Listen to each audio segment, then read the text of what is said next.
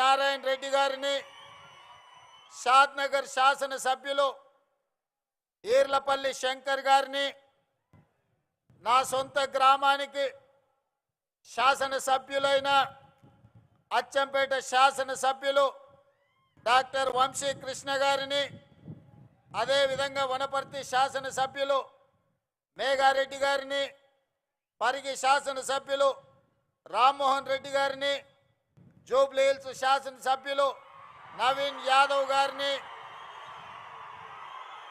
మాజీ శాసనసభ్యులు ఏఐసిసి కార్యదర్శి ప్రియమిత్రులు సంపత్ కుమార్ గారిని,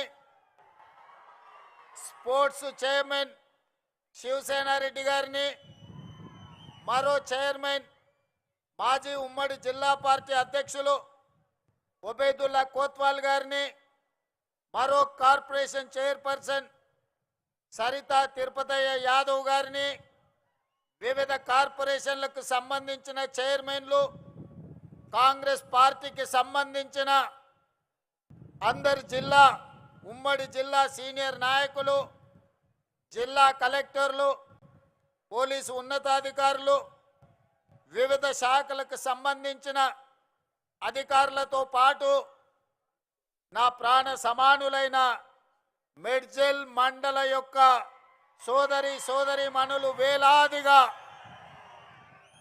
ఈరోజు ఇక్కడికి తరలి వచ్చి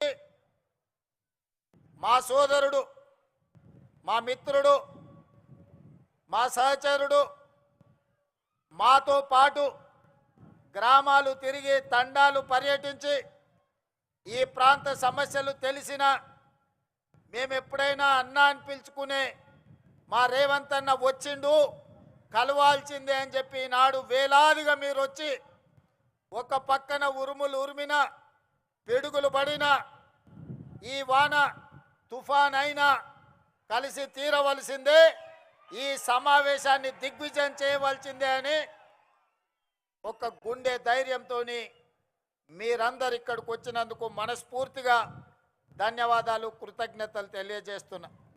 మిత్రులారా, మన ప్రాంతానికి ముఖ్యంగా ఈ మెడ్చల్ మండలం కల్వకుర్తి ప్రాంతానికి, అచ్చంపేట ప్రాంతానికి ఒకనాడు గొప్ప నాయకులు, ఈ జిల్లాకు ఒక గొప్ప నాయకత్వ బాధ్యతను నిర్వహించిన చరిత్ర ఉన్నది. నిజాం సర్కార్ నుండి స్వతంత్రం వచ్చిన తర్వాత హైదరాబాద్ రాష్ట్రానికి మొట్టమొదటి ముఖ్యమంత్రిగా మన జిల్లా బిడ్డ బూర్గుల రామకృష్ణారావు గారు మొదటి ముఖ్యమంత్రిగా మన జిల్లాకే అవకాశం వచ్చింది. వారే కాదు, చిన్న వయసులో దక్షిణ భారతదేశం నుంచే తన వాగ్దాటి పటిమ, తనకున్న అపారమైన జ్ఞానాన్ని పార్లమెంటరీ వ్యవస్థలో ప్రజా సమస్యల మీద స్పందించి దక్షిణ భారతదేశం నుంచే ఉత్తమ పార్లమెంటేరియన్గా అతి చిన్న వయసులో గౌరవించబడ్డ కీర్తిశేషులు జైపాల్ రెడ్డి గారు ఈ ప్రాంతం నుంచే ప్రాతినిధ్యం వహించారు.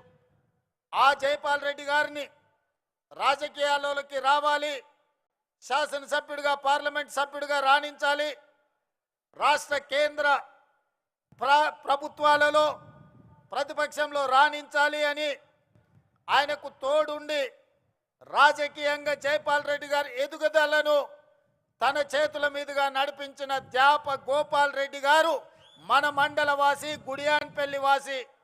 వారు జన్మదినం మొన్ననే 100 సంవత్సరాలు పూర్తి చేసుకున్నాం. అదే కాదు, ఒక మహేంద్రనాథ్ ఈ ప్రాంతం నుంచి ఆదర్శంగా నిలబడ్డ గొప్ప నాయకుడు. అలాంటి ధ్యాప గోపాల్ రెడ్డి ఈ రాష్ట్రానికి, దేశానికి రాజ్యాంగాన్ని అందించి ఈ దేశంలో ఉన్న పీడితులుగా, తాడితులుగా, దళితులను, గిరిజనులను, ఆదివాసీలను, బలైన వర్గాలను, మైనారిటీలను, మహిళలను పాలితుల నుంచి పాలకులుగా చేసిన డాక్టర్ బాబాసాహెబ్ అంబేద్కర్ యొక్క విగ్రహాన్ని ఈనాడు మనం ఆవిష్కరించుకోవడం జరిగింది. ఈ పర్యటన, ఈ గెలుపు నాది కాదు. చాలామంది రేవంత్ రెడ్డి జడ్పీటీసీగా గెలిచిండు, శాసనమండలి సభ్యుడిగా గెలిచిండు, శాసనసభ్యుడిగా గెలిచిండు, పార్లమెంట్ సభ్యుడిగా గెలిచిండు, ముఖ్యమంత్రిగా గెలిచి ఈరోజు అధికారంలో ఉన్నాడు అని చాలా టీవీలు పేపర్లు రాస్తున్నాయి. కానీ నేను ఒక్క మాట వినయంగా విజ్ఞప్తి చేయదలుచుకున్నా. జూలై 4, 2006 నాడు గెలిచిన గెలుపు నాది కాదు, ఈ మిడ్జిల్ మండల ప్రజలది. ఈ మిడ్జిల్ గెలుపు అని నేను ఈ సందర్భంగా చెప్పదలుచుకున్నా. ఎందుకంటే నేను జడ్పీటీసీగా నామినేషన్ వేసేటప్పటికి ఈ మండలం కానీ ఈ గ్రామాలు కానీ ఇక్కడ ప్రజలతో నాకు పెద్దగా పరిచయం లేదు. నా గ్రామం ఒంగూరు మండలం కొండారెడ్డిపల్లి అచ్చంపేట శాసనసభ నియోజకవర్గం.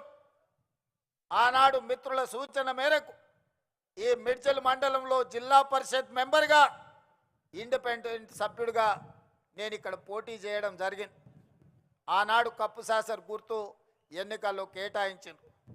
కానీ అదే ఇక్కడ డాక్టర్ వైఎస్ రాజశేఖర రెడ్డి గారు మిత్రుడు రబ్బానీని జడ్పీటీసీ సభ్యుడిగా పెట్టి జిల్లా పరిషత్ చైర్మన్ చేయడానికి ఒక కాంగ్రెస్ సీనియర్ నాయకుడిని జిల్లా పరిషత్ చైర్మన్ కాగలిగిన అభ్యర్థిని ఇక్కడ ఎన్నికల్లో పెట్టినా ఆనాడు మీరేం ఆలోచన చేసిండ్రో, ఆనాడు ఎందుకు మీరందరూ ఉప్పెనై నిర్ణయం తీసుకున్నారో, ఆనాడు ఒక యువకుణ్ణి మొదటిసారి మీ గ్రామాలకు మీ ఇంటికి వచ్చిన ఒక యువకుని జిల్లా పరిషత్ మెంబర్గా మీరు ఆశీర్వదించిండ్రు అని అంటే మీ ఆలోచనలు మీ నిర్ణయం గొప్ప నిర్ణయం అని చెప్పి ఈరోజు నిరూపించబడ్డది. అందుకే ఆనాడు గెలుచుంటే మిత్రుడు రబ్బాని జిల్లా పరిషత్ చైర్పర్సన్ అయి ఉండేవాడని ఇంతకుముందు మా మిత్రుడు బట్టి విక్రమార్క గారు నాకు గుర్తు చేసింది. నేను ఉప ముఖ్యమంత్రి గారికి ఒక సూచన చేస్తున్నా. నా వల్ల ఎవరికైనా ఎంతో కొంత సాయం కావాలి, నా వల్ల ఊరుకు మండలానికి ప్రయోజనం చేకూరాలి, నా వల్ల ఎవరికి నష్టం కష్టం రాకూడదనేదే నా ఆలోచన, నా ఆశయం. అందుకే ఉప ముఖ్యమంత్రి గారికి, జడ్చర్ల శాసనసభ్యుడికి, పార్లమెంట్ సభ్యుడు మల్లు రవి గారికి ఒక విజ్ఞప్తి చేస్తున్నా. ఆనాడు నా మీద ఓడిన రబ్బానికి ఈనాటి ప్రభుత్వంలో ఒక మంచి బాధ్యత ఇవ్వండి.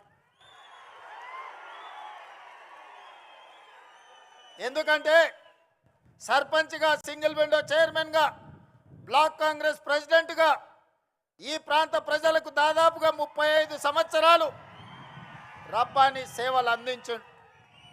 మరి ఆనాడు అనుకోని పరిస్థితుల్లో రబ్బాని గారు ఓటమి చెందిరు, నేను గెలిచిన. మరి ఈనాడు మీరు నేను అతనికి అవకాశం ఇవ్వడానికి మన చేతిలో బాధ్యత ఉన్నది.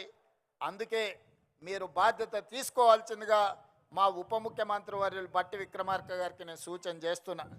అదేవిధంగా మిత్రులారా, ఆనాడు జడ్పీటీసీగా నాతో పాటు పనిచేసిన ఎంపీటీసీలు, సర్పంచులు వాగులు దాటడానికి వాగుల్లో ఇసుక దొంగలిస్తుంటే వాగులు దాటేటప్పుడు మనుషులు కొట్టుకుపోయి చచ్చిపోయినారు. చాలా గ్రామాలకు రోడ్లు లేవు, చాలా గ్రామాలలో అభివృద్ధి లేదు.